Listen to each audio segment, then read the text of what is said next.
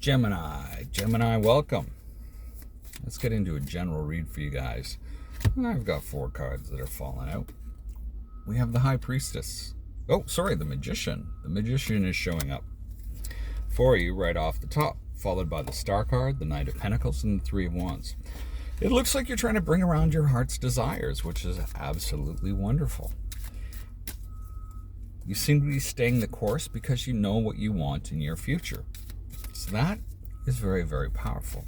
So some of you are into that whole manifesting journey. The High Priestess shows up. I kind of see the High Priestess and the Magician as a destined pair. And at this particular point, they've come out and they're overlaid. So for some of you, there could be somebody that is into sort of the same things that you are, and you're sort of starting to attract each other. I see like a maelstrom or a whirlpool where you're sort of pulling each other in. We see the Justice card, the Temperance card, and the Five of Wands. In the desire, looking to understand the secrets to make things yours. Understanding that there's a balance in the world, that with justice here, there can be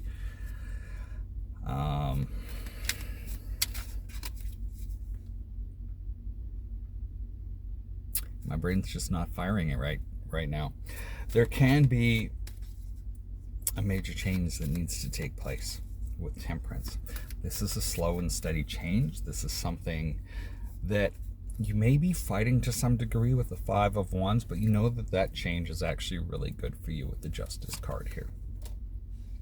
When we look to the near future, we see the Four of Cups, followed by the Judgment card, the Hierophant, and the Two of Cups.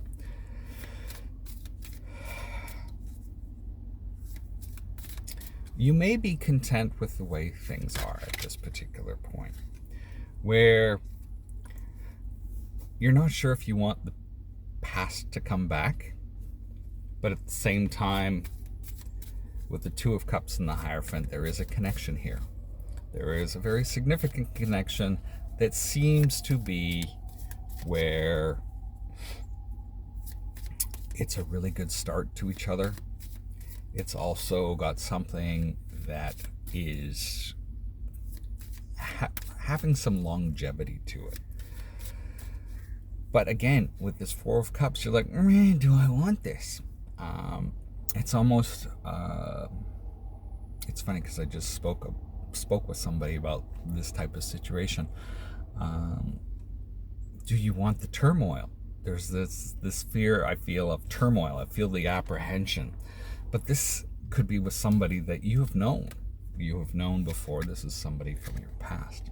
The card that fell out, and this is in what is working for you, is the Ten of Wands.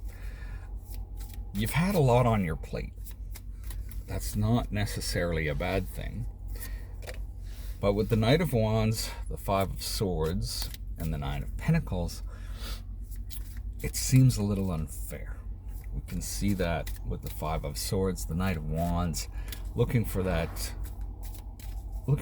ability, not ability, yeah, maybe, looking for that, je ne sais quoi, that thing that just you want to go after. And then the Nine of Pentacles, that personal independence, that personal ability to be self-sufficient. Queen of Wands shows in what you need to be aware of, followed by the Nine of Swords, the Tower, and the Empress. Being overly critical, I would say, can be really